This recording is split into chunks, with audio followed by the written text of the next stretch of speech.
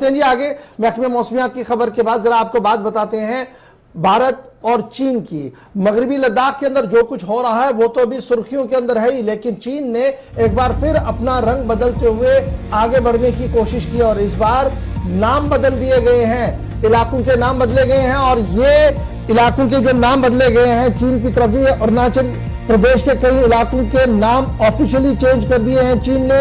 और चीन का जो सरकारी मीडिया है उन्होंने बाकायदा तौर पर इस बात की तस्दीक भी की है। चीन की तरफ से 11 मकामात जो भारत के ज़ेर इंतजाम इलाके के अंदर है, भारत के पास है, अरुणाचल प्रदेश के कई इलाके हैं, अरुणाचल प्रदेश के कई हिस्से हैं, उनके नाम तब्दील करने का ऐलान कर दिया है चीन ने। और यह साफ कर दिया गया कि यह साउदर्न तिब्बत का हिस्सा है जी। और चाइना का जो मिलिट्री सिविल अफेयर्स है उनकी तरफ से बाकायदा तौर पर नए नामों का ऐलान जो है वो कर दिया गया है। और ये पहला मौका नहीं है जब इस तरीके से चीन ने भारत के अंदर इलाकों के नाम तब्दील करके उन्हें अपने नक्शे और अपने साथ जोड़ने की कोशिश की है।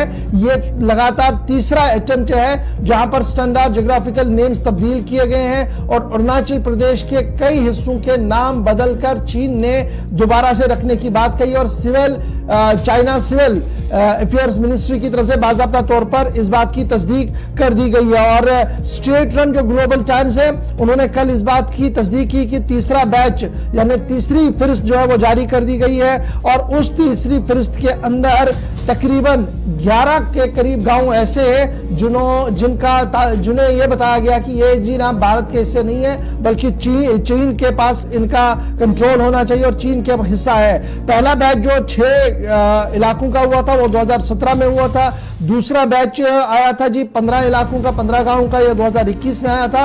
और अब की बार 11 गांव डाल दिए हैं जी और ये 2023 में उनकी तरफ से किया गया है। और ये एफर्ट्स लगातार चीन की तरफ से किए जा रहे हैं। एक तरफ से लद्दाख के अंदर अभी जूं की तूं सिचुएशन बनी हुई है। वजीर खारजा से लेकर आर्मी चीफ का बयान आपके सामने गुज़श्ता दिनों गुजर चुका होगा कि सरहदें पुरतनाव है। उम्मीद है कि चीन मुज़ाकरात के जरिए से मसले का हल करे और इंटरनेशनल प्रेशर भी चीन पर थोड़ा सा बनाने की कोशिश भी की गई थी। ताहम अभी लद्दाख का मामला अगरचे ज्यादा कोई रफ्तार के साथ आगे बढ़ता हुआ नजर नहीं आ रहा है। मामला अरुणाचल प्रदेश का सामने आया है जहां पर चीन का गैर कानूनी तौर पर भारत के कई हिस्सों का नाम दिया गया है, यानी उन्हें यह कहा गया कि साउदर्न चीन का हिस्सा है और जिंगजांग प्रोविंस और आसपास के इलाके जो है ये जनाब उसका हिस्सा है। तो इस तरीके से लद्दाख के बाद अब अरुणाचल प्रदेश आज पूरे दिन खबरों में रहेगा।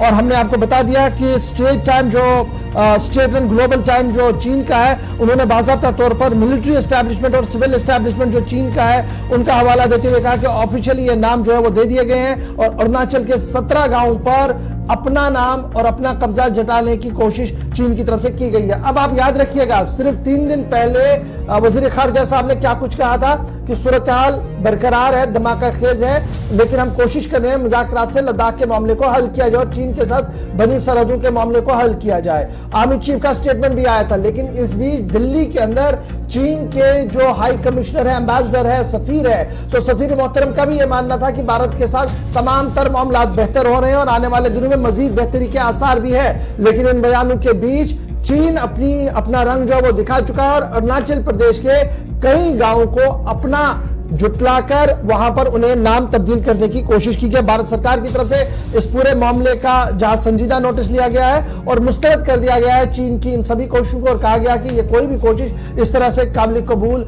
नहीं होगी। और पूरी दुनिया को पता है कि चीन किस तरीके से चल रहा है। दफ्तर खारजा की तरफ से आज बाकायदा तौर पर ऑफिशियल ब्रीफिंग देकर इस बात की वजाहत भी की जाएगी। तो ये थी बात जनाब चीन की जो हमने आपके सामने फटाफट से